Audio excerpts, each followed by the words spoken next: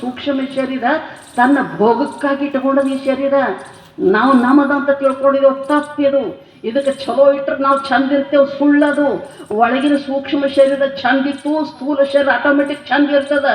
ಅದಕ್ಕೆ ಶಾಸ್ತ್ರದೊಳಗೆ ಹೇಳ್ಯಾರೆ, ಮೊದಲ ಪ್ರಾರಬ್ಧ ವಶದಿಂದ ಸೂಕ್ಷ್ಮ ಶರೀರ ಬಂತು, ಇದಕ್ಕೆ ಸ್ಥೂಲ ಇಲ್ಲದ್ರೆ ಭೋಗ ಆಗಂಗಿಲ್ಲಲ್ಲ ಅಂತ ತಿಳ್ಕೊಂಡು ಪುನಃ ಸಂಕಲ್ಪ ಮಾಡ್ದ.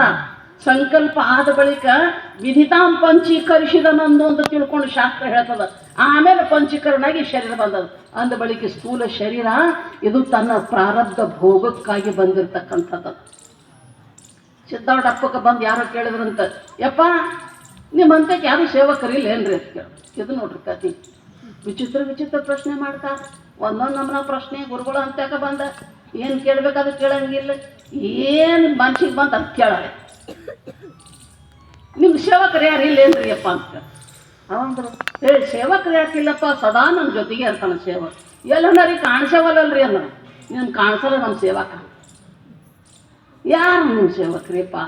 ಕಾಣಿಸ್ಲಾರ್ದಂಥ ಸೇವಕ ಅವ ಯಾರು, ಅವ ಹೆಂಗದ ಅಂತ ಕೇಳಿದ್ರೆ ಸಿದ್ಧವಡಪ್ಪ ಹೇಳಿದ್ರಂತ, ಪ್ರಾರಬ್ಧನು ಪರಿಚಾರಿಕ ಸದಾ ನಮ್ಮ ಜೊತೆಗೆ ಇರ್ತಾನ.